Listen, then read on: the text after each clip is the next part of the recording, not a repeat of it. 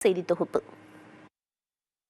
இந்தியர்கள் 2024ஆம் ஆண்டின் முதல் 9 மாதங்களில் சைபர் கிரைம் மோசடிகளில் மட்டும் 11,333 கோடி ரூபாயை இழந்துள்ளனர்.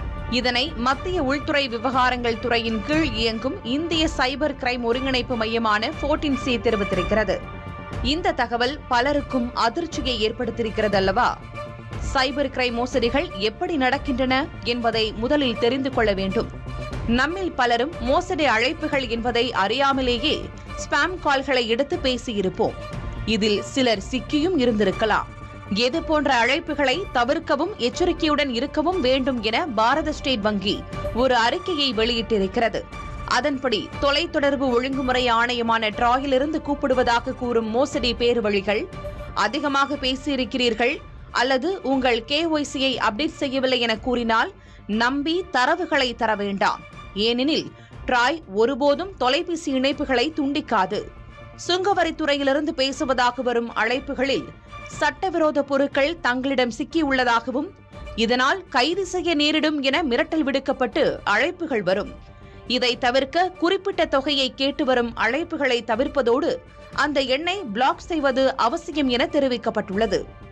காவல்துறை அதிகாரி போல அழைத்து ஆன்லைனில் குற்றச் செயல்களை புரிந்ததற்காக டிஜிட்டல் அரெஸ்ட் செய்யப்போவதாகவும், இதை தவிர்க்க பணம் செலுத்த கூறினால் அதையும் தவிர்க்க வேண்டும். ஏனெனில் காவல்துறை டிஜிட்டல் அரெஸ்ட் செய்யாது. உறவினர்கள் கைது செய்யப்பட்டிருக்கிறார்கள், அவர்களை விடுவிக்க தொகை கொடுக்க வேண்டும் என அழைப்புகள் வந்தால் சம்பந்தப்பட்ட நபரை தொடர்பு கொண்டு உறுதிப்படுத்துவது அவசியம். உடனடியாக பணக்காரராக வேண்டும் என்றால் பங்குச்சந்தைகளில் முதலீடு செய்யலாம் என்ற அழைப்புகளை நம்ப வேண்டாம். பங்குச்சந்தை முதலீடுகள் சந்தை அபாயத்திற்குட்பட்டது என்பதை புரிந்து கொள்வது அவசியம். ஈஸியான வேலைக்கு கூடுதல் சம்பளம் வாங்கி தருகிறோம், அதற்கு பாதுகாப்பு டெபாசிட் தொகை செலுத்த வேண்டும் என்ற அழைப்பை நம்மில் பலரும் சந்தித்திருப்போம். உழைக்காமல் பணம் கிடைக்காது என்பதை புரிந்து கொள்வது அவசியம். உங்களுக்கு லாட்டரி விழுந்திருக்கிறது என்ற குறுந்தகவலோ இமெயிலோ வந்தாலும் அதை தவிர்த்து விடுவது அவசியம். இவையும் உங்களை மோசடிக்கு இழுத்துச் செல்லக்கூடியவைதான் என்பதை மறக்கக்கூடாது. உங்கள் கணக்கிற்கு தவறுதலாக பணம் அனுப்பிவிட்டோம் என கூறி ரீஃபண்ட் செய்ய அறிவுறுத்தி மீண்டும் மீண்டும் குழப்பி OTP-யை பெற்று மோசடி செய்ய வாய்ப்பிருக்கிறது. சிக்கிக் கொள்ள வேண்டாம் என அறிவுறுத்தப்பட்டுள்ளது.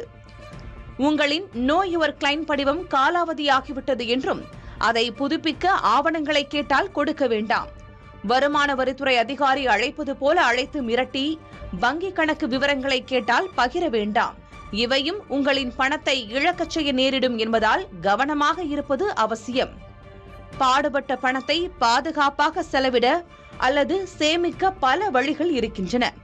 தொழில்நுட்பம் வளர வளர பண பரிவர்த்தனைகளை மிகச் சுலபமாக செய்ய முடிகிறது.